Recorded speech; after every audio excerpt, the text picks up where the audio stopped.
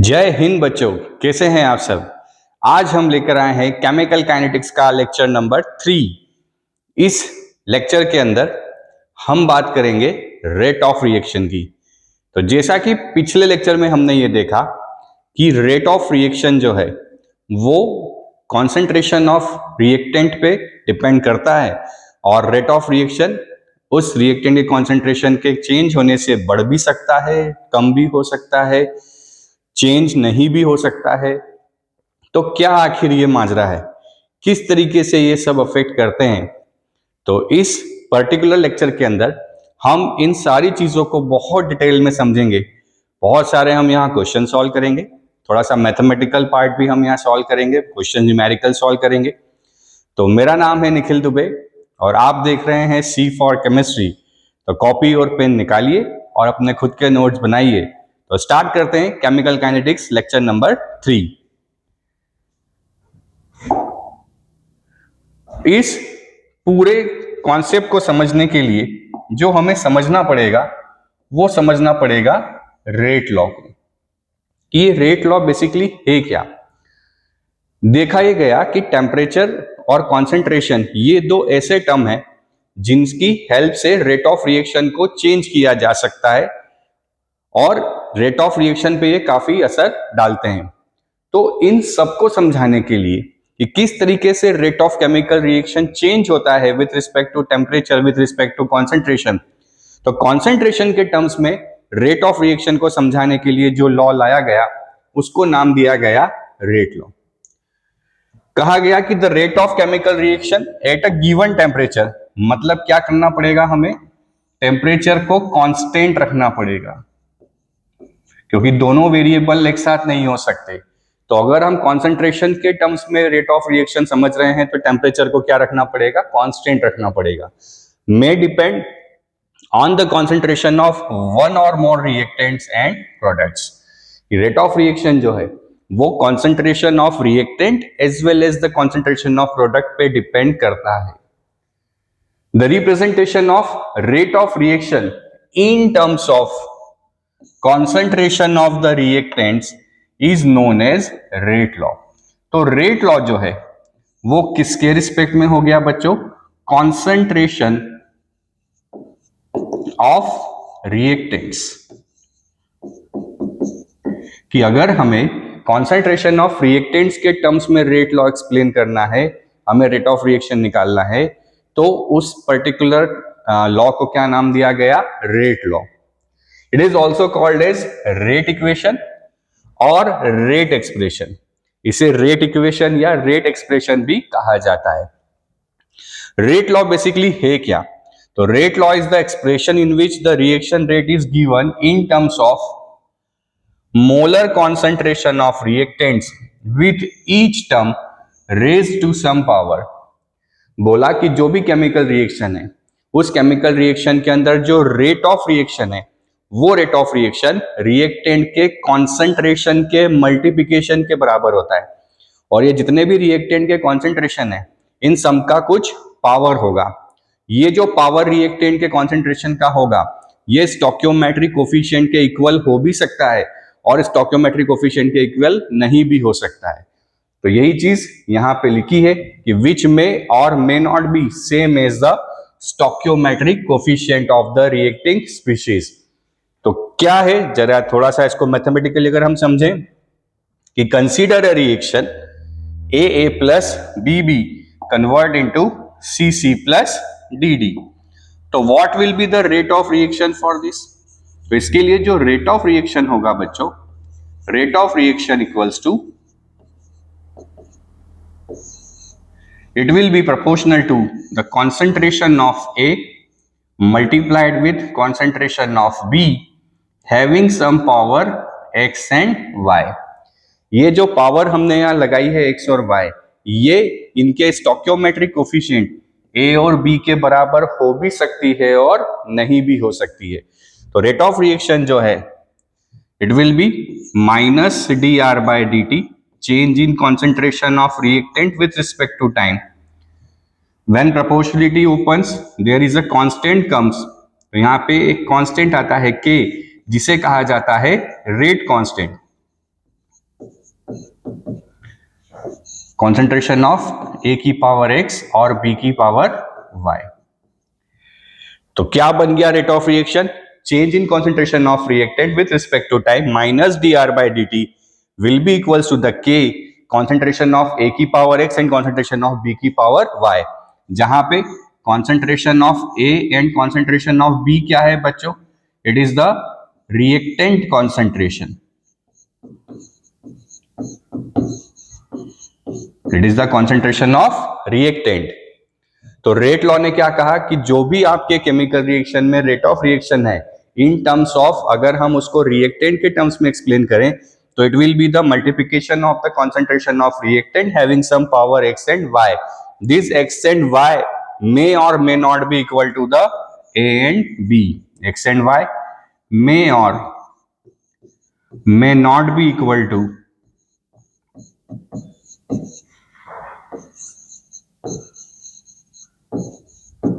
A and B. ये X और Y A और B के इक्वल हो भी सकते हैं और नहीं भी हो सकते हैं. अब इन X और Y का जो समेशन है it is equals to N, और इस N को कहा जाता है order of a reaction. This N is known as order of a reaction. तो ये जो N है ऑर्डर ऑफ रिएक्शन, ये 0 हो सकता है, 1 हो सकता है, इवन फ्रैक्शन हो सकता है, इवन नेगेटिव हो सकता है.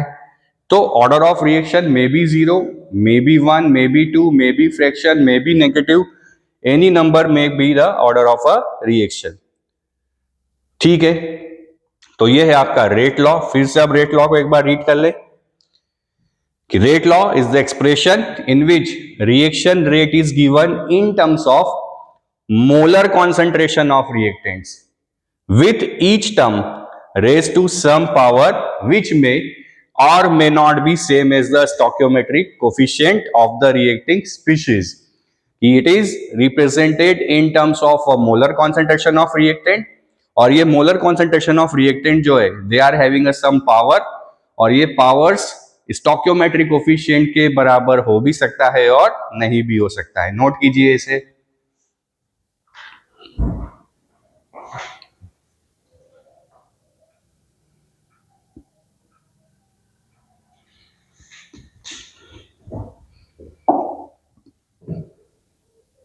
नोट कीजिए इसे भी.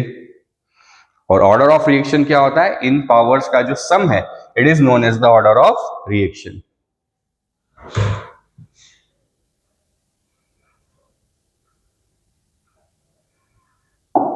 चलिए अब बात करते हैं यूनिट ऑफ रेट कांस्टेंट की. तो जैसा अभी हमने देखा कि इस पर्टिकुलर रिएक्शन के लिए रेट लॉ क्या बनेगा? माइनस dr बाई dt बराबर k कॉन्सेंट्रेशन ऑफ a की power a, concentration of b की पावर b. बताइए क्या गलती कर दी? यहां पे ये पावर्स क्या होगी? x और y, क्योंकि स्टोइकियोमेट्रिक कोएफिशिएंट के बराबर हो भी सकता है और नहीं भी हो सकता है. अब हमें k का यूनिट निकालना है, तो इस k को तो हम यहां रखें और ये पूरा टर्म यहां आ जाएगा. तो क्या बन गया? Minus dr by dt whole divided by concentration of a की power x, concentration of b की पावर y. देखिए जरा ऊपर भी क्या है? Change in concentration with respect to time. मतलब क्या हो गया यहां पे? कॉन्सेंट्रेशन अपॉन में time whole divided by A भी कॉन्सेंट्रेशन है, बी भी कॉन्सेंट्रेशन है. तो क्या इसको ऐसा लिखा जा सकता है? कॉन्सेंट्रेशन की पावर x इंटू कॉन्सेंट्रेशन की पावर y. अब बेस सेम हो गया तो पावर्स क्या हो जाएगी? ऐड हो जाएगी. तो क्या बन गया ये? Concentration upon time divided by concentration की पावर x प्लस y, और x प्लस y जो है वही किसके बराबर होता है? ऑर्डर ऑफ रिएक्शन के. ठीक. इफ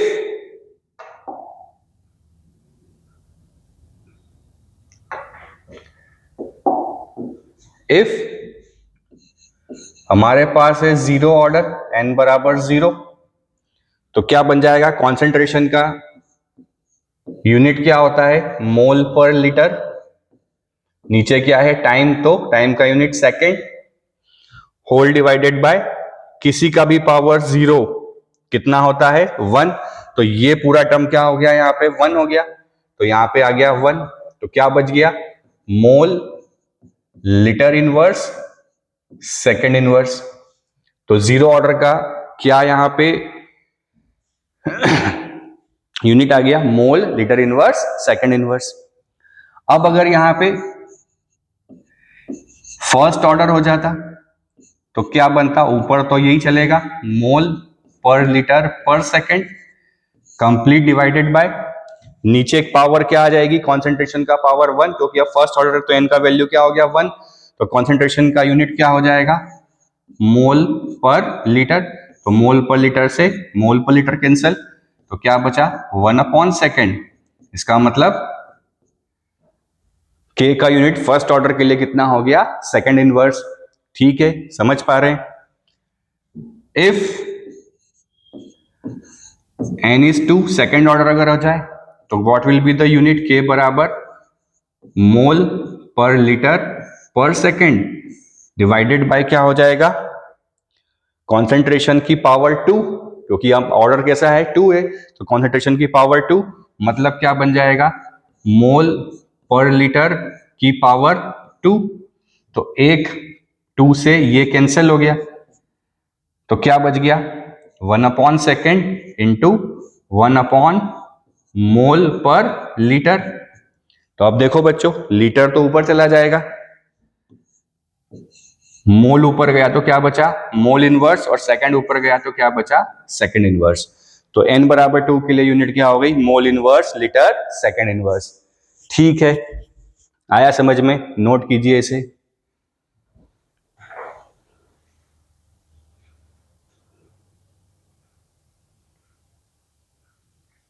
अब अगर इसका एक शॉर्टकट समझ लीजिए।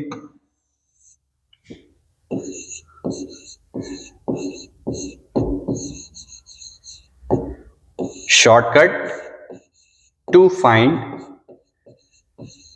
Order by unit. अगर हमें यूनिट से ऑर्डर निकालना है तो क्या शॉर्टकट है? देखिए, बड़ा मजेदार सा शॉर्टकट है कि सपोज करो हमको यूनिट गिवन है के की, के बराबर कौन सा ले लें? सेकंड ले लेते हैं, mole inverse litre second inverse, कि ये कौन से ऑर्डर का है। तो जो भी L का पावर है, जैसे यहां L का पावर कितना है? 1, तो L के पावर में एक और ऐड कर दीजिए तो it will be the order. कि जो L का पावर है उसके अंदर क्या ऐड करना है? 1 ऐड कर दें। जैसे यहां L का पावर कितना है? 1, तो उसमें एक और ऐड कर दिया तो क्या आ गया? 2। तो ये यूनिट किसके लिए है? सेकेंड ऑर्डर के लिए। जैसे अगर फर्स्ट ऑर्डर की बात करें तो फर्स्ट ऑर्डर में क्या है? L का पावर 0 है ना, यहाँ पे L है ही नहीं, मतलब पावर कितना है? 0। तो इसके अंदर हम और ऐड कर दें क्या? 1, तो एक क्या आ गया? टोटल 1, इसलिए कौन सा हो गया? फर्स्ट ऑर्डर का। यहाँ पे देखो L का पावर कितना है? -1, इसमें एक और ऐड कर दो तो -1 और +1 कितना आ जाएगा? 0, इसलिए ये यूनिट कौन सा है? जीरो ऑर्डर का। तो बड़ा सिंपल सा ट्रिक है कि जो भी K का यूनिट गिवन है उससे अगर आपको ऑर्डर फाइंड आउट करना है तो जो L का पावर है उस L के पावर में 1 ऐड कर दोगे तो क्या आपको क्या मिल जाएगा? उसका ऑर्डर मिल जाएगा। ठीक है, नोट कीजिए इसे।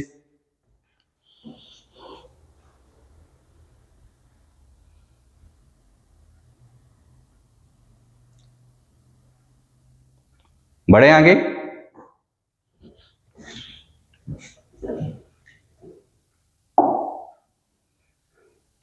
तो क्या होता है order of reaction? The sum of powers of the concentration of reactant in the rate law expression is called the order of that chemical reaction.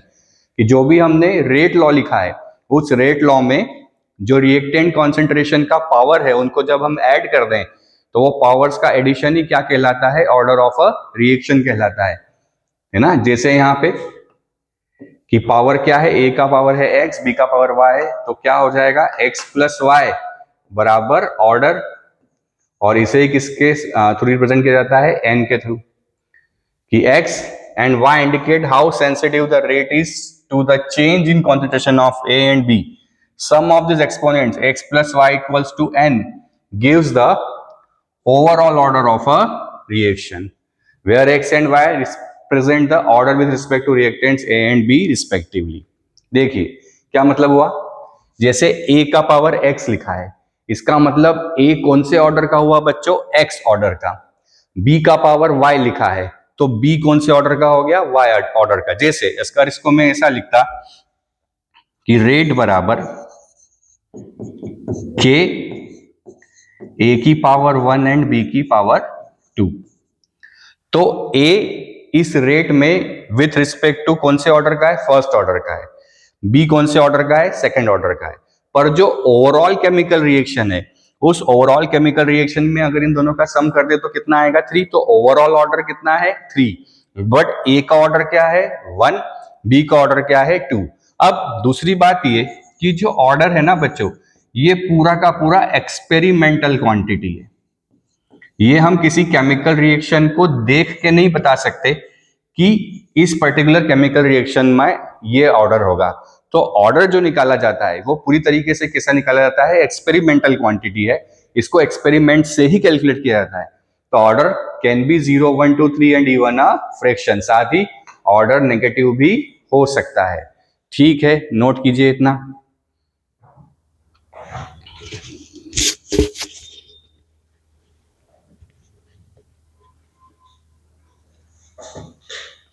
बढ़े आगे, चलिए कुछ क्वेश्चंस आ गए। Calculate the overall order of the reaction whose rate law expression was predicted as, सारे PYQs हैं। चलिए यहां पे पावर देखो कितना है बच्चों, 3/2, यहां कितना है, तो ऑर्डर कितना हो जाएगा, n बराबर 3/2 प्लस 1/2 इज इक्वल्स टू 4/2, और 4/2 कितना होता है, 2। तो order of this particular reaction, इस रेट लॉ का जो ऑर्डर है वो कितना होगा, 2। यहां चेक करें, NH3 का पावर है 5/2, ऑक्सीजन का पावर है 1/2, टोटल कितना हो जाएगा, 6/2, it will be the 3। Clear है। अगला SO2 का पावर है 1/4, O2 का पावर है 3/4, सम करा तो कितना हो गया, 4/4, तो कितना आ गया ये 1। तो इन तीनों में कुछ नहीं करना है, सिंपल सा क्वेश्चन है कि जो भी यहाँ पे पावर्स गिवन है उन पावर्स को ऐड अप कर दो, तो ऐड करने से जो भी वैल्यू आएगी वो क्या होगी, ओवरऑल ऑर्डर ऑफ रिएक्शन। ठीक है, आया बेटा समझ में। बढ़े आगे,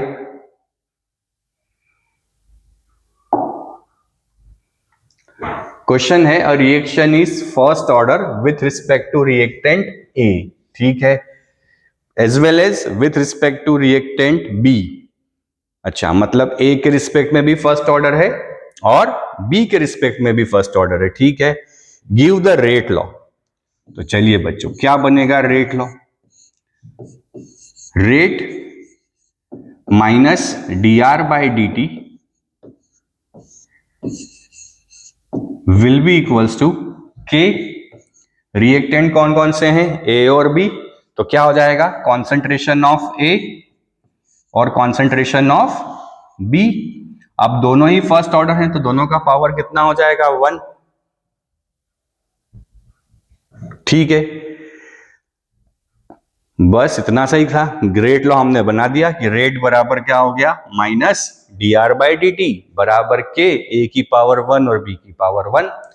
अब बोल रहा है 1 पॉइंट डिफरेंस एवरेज रेट और इंस्टेंटेनियस रेट, तो हम फर्स्ट लेक्चर में कवर कर चुके हैं कि एवरेज रेट क्या होता है, minus dr/dt will be equals to final concentration minus initial concentration divided by final time minus initial time. तो ये एक पर्टिकुलर टाइम इंटरवल के लिए निकलता है कि t बराबर 10 सेकेंड में इतना था, t बराबर 30 सेकेंड में इतना हो गया। तो इन बिटवीन जो 10 to 30 है उसको कंसिडर किया नहीं जाता है। तो जो टाइम इंटरवल के बीच में रेट निकाला जाता है उसे क्या कहा जाता है? Average rate. और जब this delta approaches to zero, now at this particular point delta becomes d। तो जब किसी पर्टिकुलर इंस्टेंट ऑफ टाइम पे रेट निकाला जाता है तो उसे क्या कहा जाता है? Instantaneous rate. कि जब किसी पर्टिकुलर इंस्टेंट ऑफ टाइम जैसे 5 सेकेंड, 10 सेकेंड, 15 सेकेंड पे जब रेट निकाला जाएगा तो उसे क्या कहा जाएगा? Instantaneous rate. तो ये पहला हमारा क्वेश्चन बढ़िया सिंपल सा क्वेश्चन है। देखिए 2 लाइन का आंसर था। तो बहुत ज्यादा टफ नहीं आएगा, बस आपको थोड़ा सा मैथमेटिक्स न्यूमेरिकल से घबराना नहीं है। नॉर्मली बच्चे न्यूमेरिकल से घबराते हैं, है ना। तो बायो वाले तो खैर घबराते ही हैं, उसमें तो कुछ नहीं किया जा सकता। बट आपको थोड़ा सा मैथमेटिक्स, मेरा ऐसा मानना है कि जिसका अगर मैथमेटिक्स बहुत अच्छा है ना तो वो लाइफ में बहुत कुछ आगे अच्छा कर सकता है। क्योंकि मैथ्स तो आना ही चाहिए, मैथ्स हमारे लिए नेसेसरी है ना। अगर ज्यादा अच्छा मैथ्स नहीं होगा तो नोट की गड्डियां कैसे गिनोगे? ठीक है, तो मैं तो चाहता हूं कि आप सब खूब नोट की गड्डियां आपके ऊपर बरसें। तो जितना मैथमेटिक्स अच्छा होगा, जितना कैलकुलेशन पार्ट आपका अच्छा होगा, उतना बहुत इजीली आप यहाँ पे न्यूमेरिकल सॉल्व कर पाएंगे। ठीक है, बढ़े आगे। चलिए अगला क्वेश्चन देखें। ओ माय गॉड, यहाँ पे तो ए और बी दिया ही नहीं है। चलिए हम प्रेडिक्ट कर लेते हैं।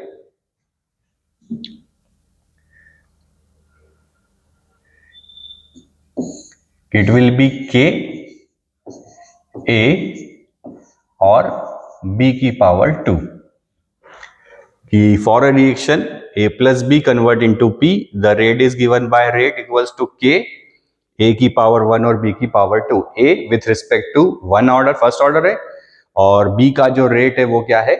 सेकेंड ऑर्डर है। तो रेट लॉ क्या बन जाएगा? तो रेट लॉ तो तुमने दिया हुआ ही है।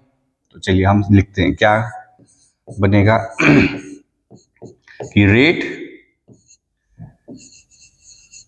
Minus D R by D T is equals to कितना? के ए की पावर 1 और बी की पावर 2। इस रेट को हम नाम दे देते हैं रेट R1। क्या नाम दे देते हैं? Rate R1। तो रेट R1 बराबर minus D R by D T बराबर के ए की पावर 1 बी की पावर 2। अब केस 1 फर्स्ट कंडीशन क्या बोल रही है कि how is the rate of reaction affected in the concentration of B is doubled. कि जो बी का कॉन्सेंट्रेशन है उसको हमने क्या कर दिया? डबल कर दिया। मतलब concentration of B now becomes concentration of twice B, इसको हमने डबल कर दिया। तो नया रेट R2 क्या बन जाएगा बच्चों?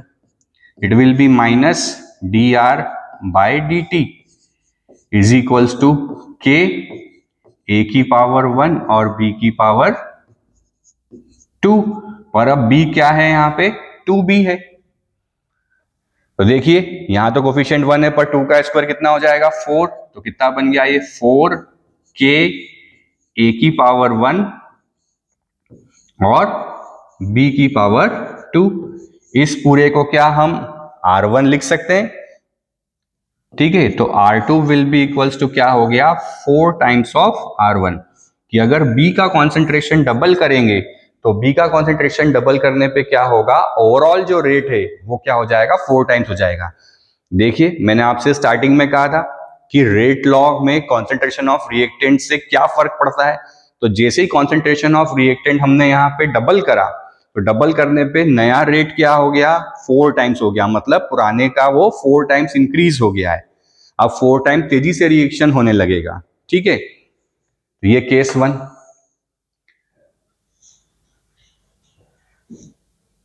केस 2 बढ़िया है, मजेदार है।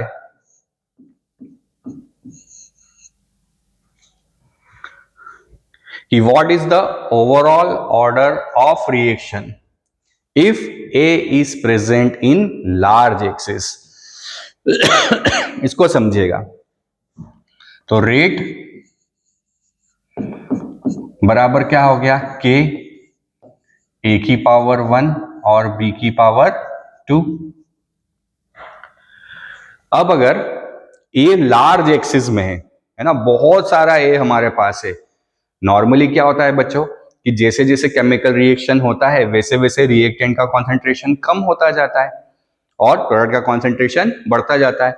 बट अगर वो बोल रहा है कि ए जो है प्रेजेंट इन लार्ज एक्सिस, अगर ए बहुत ज्यादा है, इसका मतलब बी के रिस्पेक्ट में ए उतना खर्च होने वाला नहीं है। और अगर ए खर्च होने वाला नहीं है, इसका मतलब it will be considered as a constant.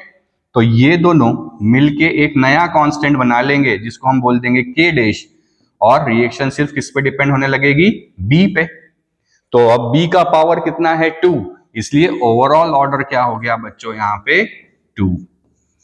तो ए पे क्यों डिपेंड नहीं कर रहा है, क्योंकि ए बहुत ज्यादा अमाउंट में है और बहुत ज्यादा अमाउंट में होने के कारण A is nearly equal to the constant value, इसलिए के भी कांस्टेंट ए भी कांस्टेंट, ये दोनों मिलके एक नया कांस्टेंट बना लेंगे और ओवरऑल रेट सिर्फ किस पे डिपेंड करेगा, बी पे। तो इस पर्टिकुलर रिएक्शन का ऑर्डर होना चाहिए था 3, बट अगर ए लार्ज है तो ए फिर कंसीडर नहीं होगा, A will be treated as a constant, तो सिर्फ ऑर्डर विल बी द 2।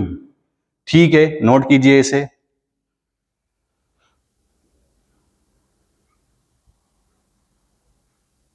बढ़े आगे।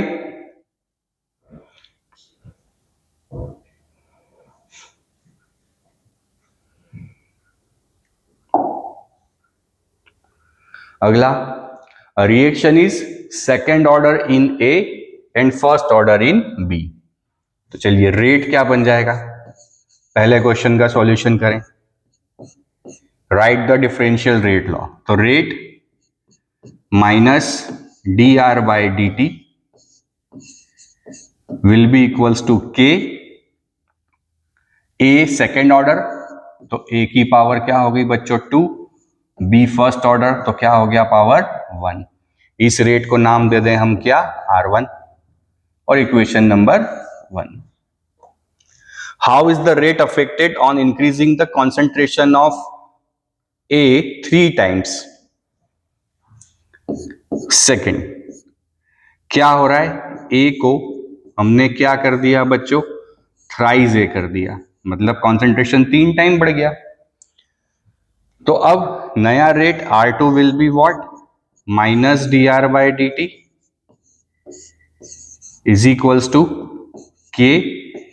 ए नाउ बिकम्स 3a और बी ऐसा का ऐसा, 3 का स्क्वायर कितना हो गया 9, के ए की पावर 2 एंड बी की पावर 1।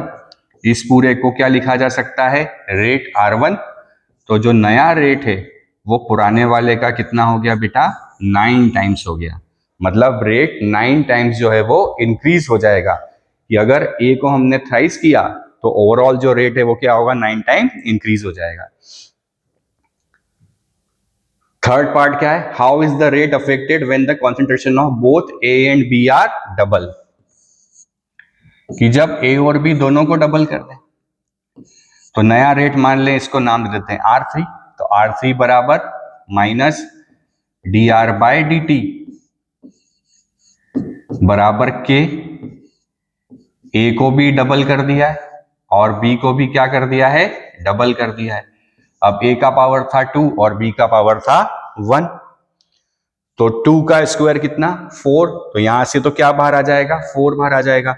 और बी में 2 का पावर 1 मतलब 2, तो यहां से 4 यहां से 2, तो ओवरऑल कितना हो गया 8 के ए की पावर 2 और बी की पावर 1। इसको क्या लिखा जा सकता है, R1। तो अब जो नया रेट है वो पुराने वाले का क्या हो गया बेटा, 8 टाइम्स इंक्रीज हो गया। तो दोनों केस में जब कॉन्सेंट्रेशन को अगर हम इंक्रीज कर रहे हैं तो रेट ऑफ रिएक्शन क्या हो रहा है, इंक्रीज हो रहा है। ठीक है, नोट कीजिए।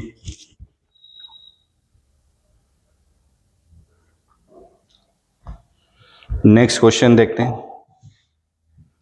अच्छा, अब आया है मजेदार सा क्वेश्चन। ये बच्चों क्वेश्चन इसी से पता चलता है कि ओवरऑल जो रेट ऑफ रिएक्शन है वो एक क्या है, एक्सपेरिमेंटल डेटा है।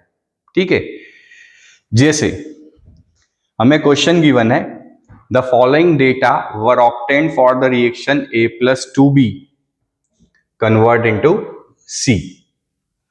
कि ये एक पर्टिकुलर एक्सपेरिमेंट रिएक्शन के लिए किया गया और उस रिएक्शन के लिए ये डेटा हमें ऑब्जर्व हुए, जहां पे 4 बार एक्सपेरिमेंट को किया, ए के अलग अलग कॉन्सेंट्रेशन हमें मिल रहे हैं पर मोलर, बी के अलग अलग कॉन्सेंट्रेशन मिल रहे हैं पर मोलर, और ओवरऑल हमें rate of formation of C मिल रहा है। तो हमें पता है कि rate of reaction change in concentration of reactant equal to change in concentration of product. तो जितना सी बन रहा है जिस तेजी से, वही उसका क्या होगा, रेट ऑफ रिएक्शन होगा। तो यहां पे अगर हम रेट ऑफ रिएक्शन लिखें, रेट लॉ लिखाएं, तो क्या बनेगा, rate is equals to minus dr by dt is equals to k a की पावर x और 2b की पावर y, a की पावर x और 2b की पावर y। क्लियर है, a की पावर x और 2b की पावर y। अब अगर यहां पे इस क्वेश्चन को अगर हम आगे देखें तो क्या बनेगा, right the rate law and overall order of reaction. हमें निकालना है ओवरऑल ऑर्डर ऑफ रिएक्शन। इसके साथ साथ find the order of reaction with respect to A and B, A और बी के रिस्पेक्ट में भी कैलकुलेट करना है, और कैलकुलेट द रेट कांस्टेंट के, हमें रेट कांस्टेंट के भी निकालना है। मतलब सभी कुछ हमें कैलकुलेट करना है, पावर्स भी कैलकुलेट करना है, रेट कांस्टेंट भी हमें कैलकुलेट करना है। ठीक है, तो यहां पे अब हमें पूरा का पूरा जो रेट लॉ है उसको लगाना पड़ेगा। तो सबसे पहले तो हमने रेट लॉ बना लिया। क्या बना रेट लॉ, रेट बराबर माइनस dr बाई dt के a की पावर x और b की पावर y। ठीक है, चलिए, अच्छा b की पावर 2b नहीं, b की पावर y, ये हो गया हमारा रेट लॉ। अब ओवरऑल ऑर्डर क्या होगा, n बराबर x प्लस वाई। तो अब हमें क्या कैलकुलेट करना है बच्चों, x और y की वैल्यू कैलकुलेट करनी है। अब इसके लिए हम क्या करें कि यहां पे इन्हें इक्वेशन नंबर 1 दे देते हैं। अब ये सारी वैल्यूज से हम यहां वैल्यू पुट करते हैं और रेट निकालते हैं। तो देखिए रेट की जगह क्या रखोगे, rate minus dr by dt की जगह ये सारी वैल्यूज आ जाएंगी, ए की जगह ये सारी वैल्यूज आ जाएंगी, बी की जगह ये सारी वैल्यूज आ जाएंगी। तो पहला इक्वेशन क्या बन गया, 4.2 इंटू 10 की पावर -2 बराबर के। अच्छा, एक बहुत जरूरी बात बच्चों, जब तक किसी केमिकल रिएक्शन के अंदर टेम्परेचर वेरी ना हो तब तक रेट कांस्टेंट कभी बदलता नहीं है। रेट कांस्टेंट तभी बदलता है जब टेम्परेचर क्या होता है, चेंज होता है। अदरवाइज केमिकल रिएक्शन में रेट कांस्टेंट हमेशा कांस्टेंट होता है unless and until temperature change ना हो। तो इन सब केसेस में जो k का वैल्यू है वो क्या रहेगा, सेम। तो क्या हो गया, k a की जगह हमने रख दिया 0.2 की पावर x, b की जगह क्या रख दें 0.3 की पावर y। इसको इक्वेशन नंबर 2 दे दें। सेकंड क्या बन जाएगा, 6 इंटू 10 की power -3 is equals to k 0.1 की पावर x 0.1 की पावर y। इसको दे दें इक्वेशन नंबर 3। यहां से देखें तो 1.68 इंटू 10 की power -1 is equal to k 0.4 की पावर x 0.3 की पावर y। इसको दे दे इक्वेशन नंबर 4। लास्ट क्या बन जाएगा, 2.40 इंटू 10 की पावर -2 बराबर k 0.1 की पावर x और 0.4 की पावर y। इसको दे दे इक्वेशन नंबर 5। ठीक है, अब क्या करें, अब हमें तो वैल्यू निकालना है किसकी, हमें वैल्यू निकालना है x और y की। अब देखो जरा यहां पे कि अगर हम थर्ड और फिफ्थ को देखें, किसको देखें, थर्ड और फिफ्थ को देखें, तो 0.1 सेम है, मतलब ये कैंसिल आउट हो जाएगा अगर डिवाइड कर दें, तो केवल y के टर्म्स में बचेगा। और सेकंड और फोर्थ को देखें, सेकंड और फोर्थ को देखें, तो यहां पे क्या है, y सेम है। तो एक बार हम क्या कर लें, कौन सेम दिख रहा है, थर्ड और फिफ्थ सेम दिख रहे हैं, तो क्या कर लें एक बार, 5 डिवाइडेड बाय 3, तो 5 डिवाइड बाय 3 में क्या हो जाएगा, 2.40 into 10⁻⁻2 divided by 5/3 divided by 6 into 10⁻⁻3। Clear है, will be equals to k 0.1 x 0.4 y whole divided by k 0.1 x और 0.1 y। देखिए k से k कैंसल, 0.1 से 0.1 कैंसल। यहां पे अगर हम देखें तो क्या हो जाएगा,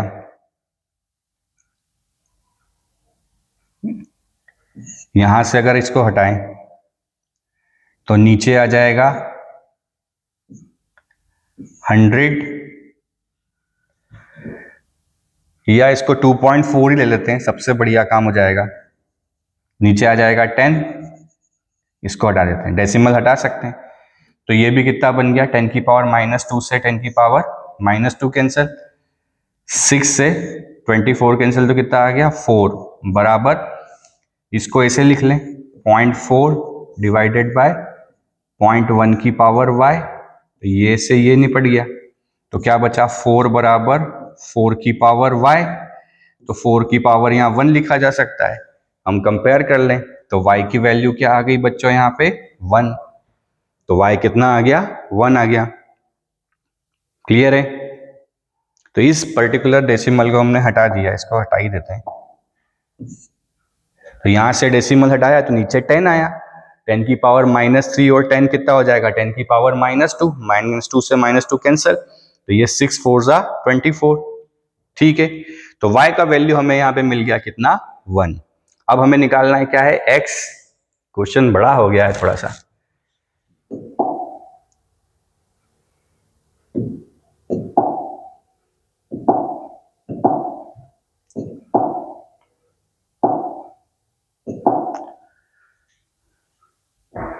अब क्या करें, कौन सा इक्वेशन ले लें, तो अब हमें निकालना है x, मतलब y सेम, देखो y सेम कहाँ है, यहाँ 2 और 4 में, 2 और 4 में y सेम है, तो क्या कर दें, 4 डिवाइड बाय 2 कर दें, तो it will be what, equation 4 divided by equation 2। अब इक्वेशन 4 क्या है, इक्वेशन 4 है 1.68 10⁻⁻1 इक्वल्स टू k 0.4 की पावर x 0.3 की पावर y। 1.68 इंटू 10⁻⁻1 बराबर k 0.4 की पावर x और 0.1 की पावर y।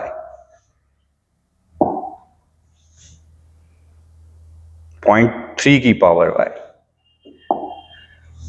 0.3 की पावर y डिवाइडेड बाय 2 क्या है, 2 देख लेते हैं, 0.2 0.3 और 4.2 10⁻⁻2।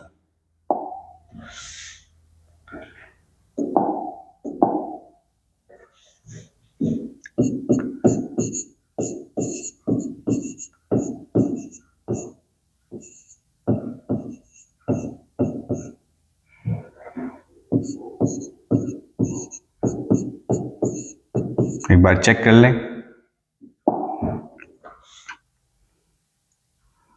4.2 10⁻⁻2 0.2x 0.3 की पावर y। चलिए अब ये से ये कैंसिल, के से के कैंसिल। अब यहां पे देखें तो यहां से डेसिमल हटाएं तो ऊपर क्या आ जाएगा 10, यहां से हटाएं तो क्या आ जाएगा 100, तो 10 की पावर माइनस से ये कैंसिल, 10 की पावर -2 से 100 कैंसिल, तो बचा 168 divided by 42 is equals to, इसको ऐसा लिखा जा सकता है 0.4 की पावर, दोनों की होल पावर क्या लगा दें x, तो डेसिमल से डेसिमल हट गया, ये 2 से 4 कटा तो 2 की पावर x। अगर इसको कट करें तो ये सीधे कट हो रहा है 4 से, तो कितना आ गया 4 बराबर 2 की पावर x। अब 4 को इन टर्म्स ऑफ 2 लिख दें तो 4 को क्या लिखा जा सकता है 2 की पावर 2 बराबर 2 की पावर x। तो यहां से कंपेयर कर लें तो x बराबर क्या आ गया 2। ठीक है, तो y बराबर क्या आया था बच्चों 1 और x बराबर क्या आ गया 2। तो जो ओवरऑल ऑर्डर है रिएक्शन का वो क्या बन गया यहाँ पे 3। तो रेट क्या बन गया, रेट बराबर k a की पावर 2 और b की पावर 1। तो ये बढ़िया सीधा सा क्वेश्चन है। ठीक है, आया समझ में, क्वेश्चन थोड़ा सा बड़ा, एक बार फिर से देख लीजिए कि एक हमें क्वेश्चन गिवन था जिसमें डेटा गिवन है और बोला है कि ए और बी का हमें ऑर्डर निकालना है विथ रिस्पेक्ट टू ए और बी, ऑर्डर ऑफ रेट निकालना है, ऑर्डर ऑफ रिएक्शन निकालना है। सिमिलरली रेट लॉ और ओवरऑल ऑर्डर निकालना था और रेट कांस्टेंट के भी कैलकुलेट करना है। तो क्या बन गया बच्चों यहाँ पे देखिए, रेट लॉ अगर लगाए तो रेट लॉ लगाए तो क्या बना -dr/dt के ए की पावर x बी की पावर y। ऑर्डर के लिए क्या होता है, इन दोनों को सम कर दें तो ये ऑर्डर के बराबर होता है।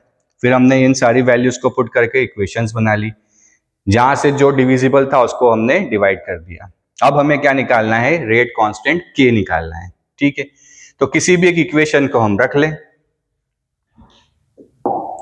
किसी भी एक ले लेते हैं, यही वाली ले लेते हैं कि क्या हो जाएगा 1.68 इंटू 10 की पावर -1 बराबर के 0.4 की पावर x, x तो कितना आ गया 2 इंटू y कितना है 1, 0.3 की पावर 1।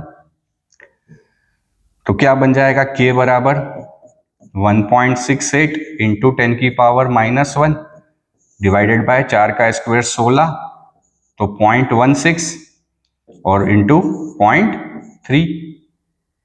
यहां से इसको हटाया तो ये 10 आ गया, इससे ये कैंसल, 2 डेसिमल से 2 डेसिमल कैंसल, तो it will B 168 divided bye 48।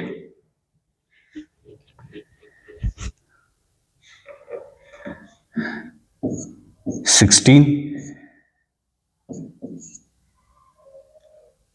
56, 3 से डिविजिबल था तो 16 56, फिर काट दो, 2 से कट कर दें, 8 से कर दें, 8 2 जा 16, 8 7 जा 56, 7/2, 7/2 मतलब कितना आ गया 3.5। ठीक है, 3.5 क्लियर है। बढ़े आगे, तो k का वैल्यू क्या आ गया 3.5। ठीक है बच्चों, आया क्वेश्चन समझ में, थोड़ा सा बड़ा है बट सिंपल सा क्वेश्चन है। Next, reaction between A and B is first order with respect to A and zero order with respect to B. For this reaction fill in the blanks in the following। अरे तो बड़ा आसान सा है। देखिए क्या बोल रहा है, रेट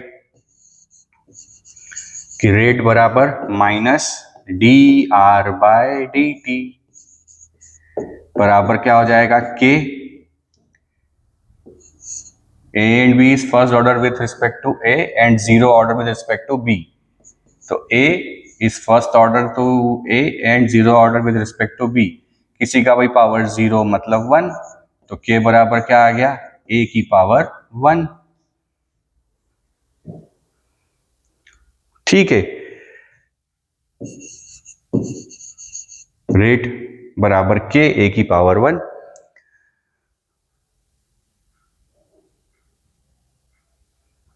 अब यहाँ पे बना ले हम रेट, 4 इक्वेशन बना लेते हैं फटाफट से। क्या हो जाएगा, 2 इंटू 10 की पावर -2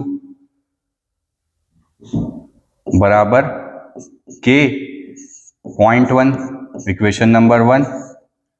ठीक है, फिर सेकंड क्या हो जाएगा, 4 इंटू 10 की पावर -2 बराबर k कॉन्सेंट्रेशन ऑफ ए, इसको इक्वेशन नंबर 2 दे दें। थर्ड केस में क्या हो जाएगा, रेट ही पता करना है, तो रेट बराबर k 0.4 की पावर 1, इसको इक्वेशन नंबर 3 दे दें। और फोर्थ केस में 2 इंटू 10 की पावर -2 बराबर k 0.1 की पावर 1, इसको 4 दे दें। अच्छा, ये निकालना है हमें,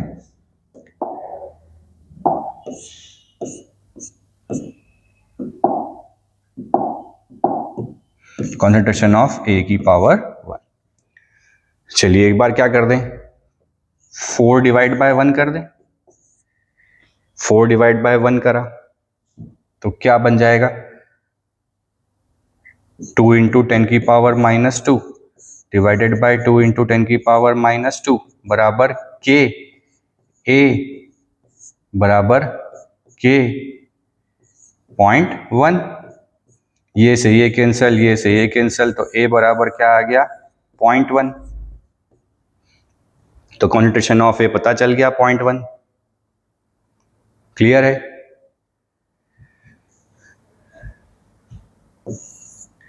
रेट निकालना है,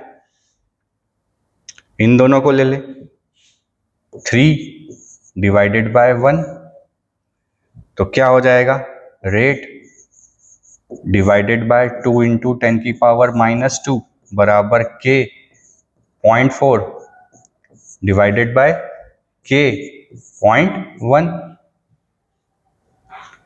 k से k कैंसल, पॉइंट से पॉइंट कैंसल, रेट को यहां पहुंचा दे, तो रेट बराबर क्या हो जाएगा, 8 इंटू 10 की पावर -2। तो ये हो गया 8 इंटू 10 की पावर -2। क्लियर है।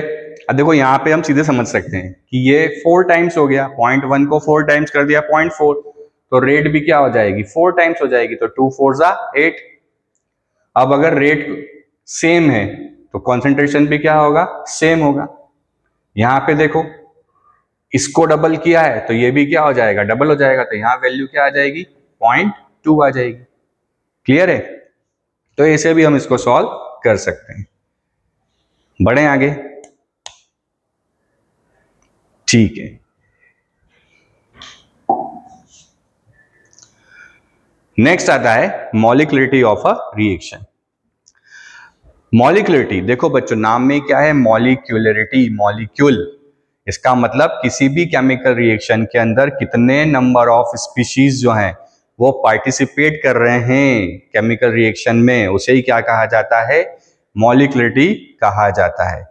कि number of reacting species present in a chemical reaction, उसे ही मॉलिक्युलरिटी कहा जाता है। The number of reacting species, it may be atoms, ions or molecules taking part in an elementary reaction which must collide simultaneously in order to bring about a chemical reaction is called molecularity of a reaction। अब यहाँ पे बच्चों एक word आया है elementary reaction.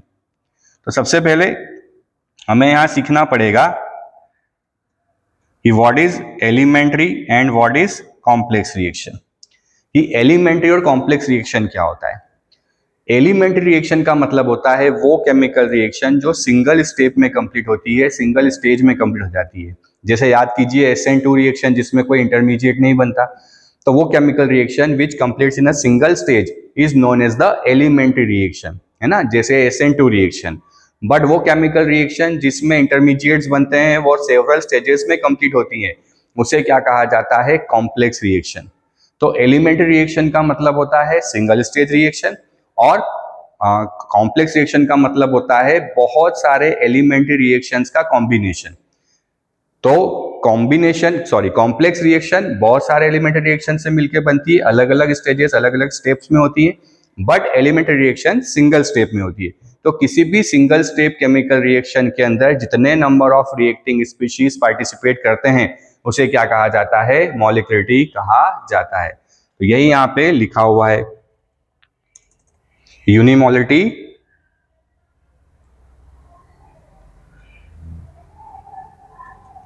Hello hello hello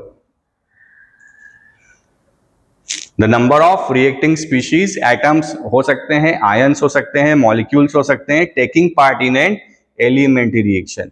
ये जितने number of molecules, atom और आयन किसी एलिमेंट्री रिएक्शन में पार्टिसिपेट करते हैं उन्हें क्या कहा जाता है, एलिमेंट्री रिएक्शन कहा जाता है। अब पहली इसमें कौन सी होती है, यूनिमोलिकुलर रिएक्शन। यूनिमोलिकुलर रिएक्शन का मतलब क्या हुआ, जल्दी से बताइए। वो केमिकल रिएक्शन जिसमें केवल एक रिएक्टेंट स्पीशीज हो, example PCl5 convert into PCl3 plus Cl2। तो यहाँ पे केवल एक मॉलिक्यूल केमिकल रिएक्शन में पार्टिसिपेट कर रहा है, इसलिए this reaction is known as unimolecular. Unimolecular का मतलब रिएक्टिंग स्पीशीज कितने हैं, सिर्फ एक है, तो इसे क्या कहा जाएगा, यूनिमोलिकुलर।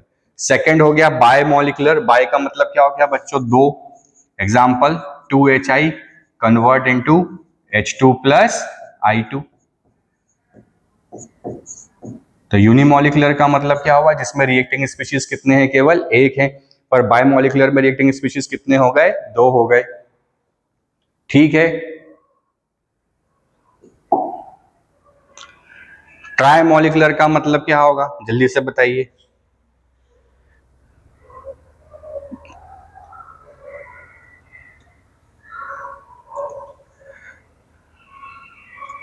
कि O प्लस O2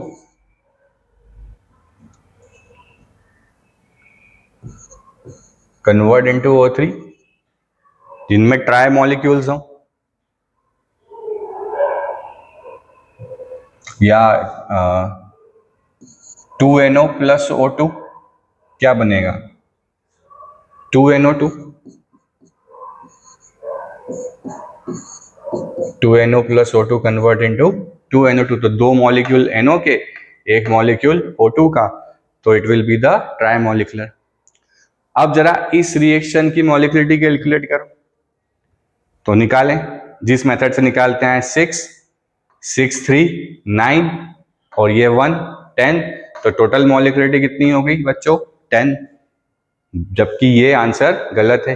किसी भी केमिकल रिएक्शन का मॉलिक्युलरिटी कभी 3 से ज्यादा नहीं हो सकता। अब ऐसा क्यों होता है, तो अगर किसी केमिकल रिएक्शन के अंदर मॉलिक्युलरिटी जो है वो 3 से ज्यादा आ रही है, इसका मतलब वो केमिकल रिएक्शन एक कॉम्प्लेक्स रिएक्शन है और उसके अंदर अलग अलग क्या होंगे, सेवरल स्टेप्स होंगे। तो हर एक स्टेप के अंदर मॉलिक्युलरिटी क्या आएगी, अलग अलग आएगी। ठीक है। तो देखा गया कि अगर कॉम्प्लेक्स रिएक्शन है तो उस कॉम्प्लेक्स रिएक्शन के अंदर कैसे पता लगाया जाए, तो कॉन्सेप्ट आया कि अगर कोई कॉम्प्लेक्स रिएक्शन होता है तो उस कॉम्प्लेक्स रिएक्शन के अंदर बहुत सारे सेवरल स्टेजेस में आपको वो पर्टिकुलर स्टेज ढूंढना है जो कि सबसे स्लोएस्ट प्रोसेस है। किसी भी केमिकल रिएक्शन के अंदर जो रेट ऑफ रिएक्शन है वो हमेशा उसके स्लोएस्ट स्टेज पे डिपेंड करता है। जैसे सपोज करें कि आपने रिले रेस का नाम सुना होगा, जिसमें एक टॉर्च लेके दौड़ते हैं, है ना, रनर्स। तो अगर 4 की टीम है तो उन चारों के जीतने की प्रोबेबिलिटी जो है वो सबसे स्लोएस्ट रनर पे होगी, क्योंकि जो सबसे फास्ट और ये होंगे, जब से फास्ट रनर्स होंगे वो क्या करेंगे, टाइम को कवर अप कर सकते हैं।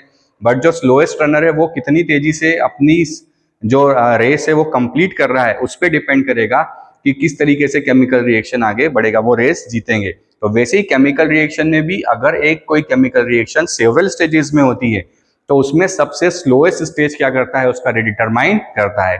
तो इस पर्टिकुलर रिएक्शन के अंदर ये मॉलिक्युलरिटी 10 नहीं हो सकती, इसका बेसिकली ओवरऑल मॉलिक्युलरिटी 2 आता है। क्यों, क्योंकि ये एक कॉम्प्लेक्स रिएक्शन है।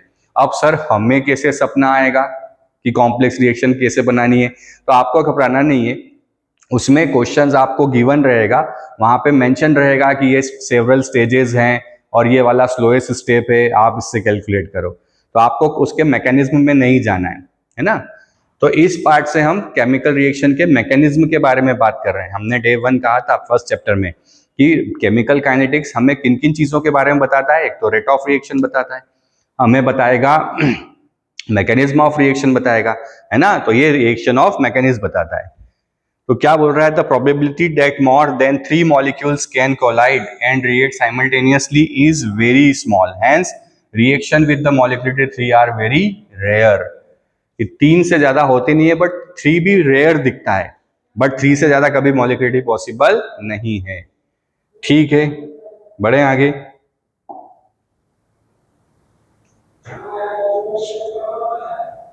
चलिए कुछ क्वेश्चंस कर लेते हैं।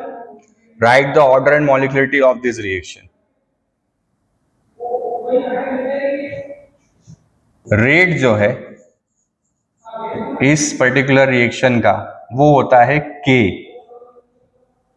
अच्छा, गिवन है रेट बराबर के है। इसका मतलब क्या हुआ बच्चों कि यहां पे कॉन्सेंट्रेशन का टर्म हमें नहीं लेना है, मतलब कॉन्सेंट्रेशन का पावर क्या हो जाएगा, 0। अब अगर पावर 0 है तो ऑर्डर ऑफ रिएक्शन कितना हो गया, 0, क्योंकि यहाँ पे रिएक्टेंट के ऊपर रेट डिपेंड ही नहीं कर रहा है। तो 0 ऑर्डर में केमिकल रिएक्शन का जो रेट है वो कभी भी रिएक्टेंट के कॉन्सेंट्रेशन पे डिपेंड नहीं करता। तो ऑर्डर क्या हो गया यहाँ पे, 0। पर मॉलिक्यूलिटी की अगर बात करें तो क्या बन जाएगा, एक मॉलिक्यूल ये, एक मॉलिक्यूल ये, तो molecularity will be, molecularity will be how much, 2। अब यूनिट क्या बन जाएगा, mole, litre inverse second inverse. 0 order के लिए यूनिट क्या होता है, mole, litre inverse second inverse. Clear है, बढ़े आगे।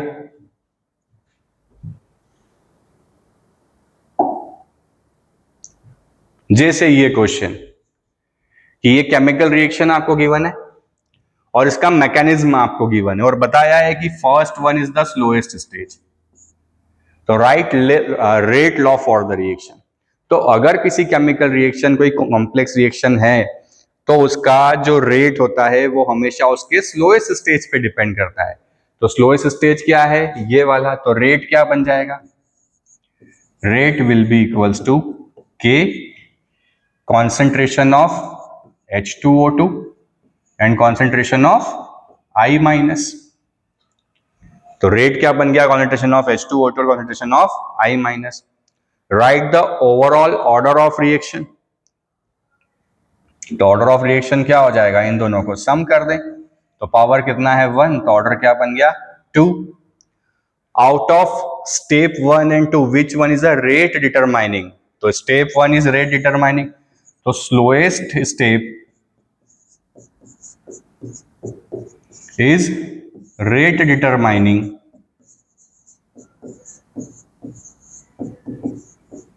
सो 1 will be rate determining step. तो 1 जो है वो क्या होगा, रेट डिटरमाइनिंग स्टेप होगा। ठीक है, आया इतना समझ में, नोट कीजिए।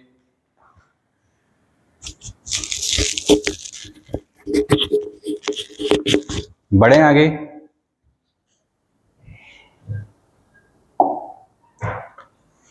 चलिए एक थ्योरेटिकल क्वेश्चन भी कर लेते हैं। Write two difference between order of reaction and molecularity of reaction.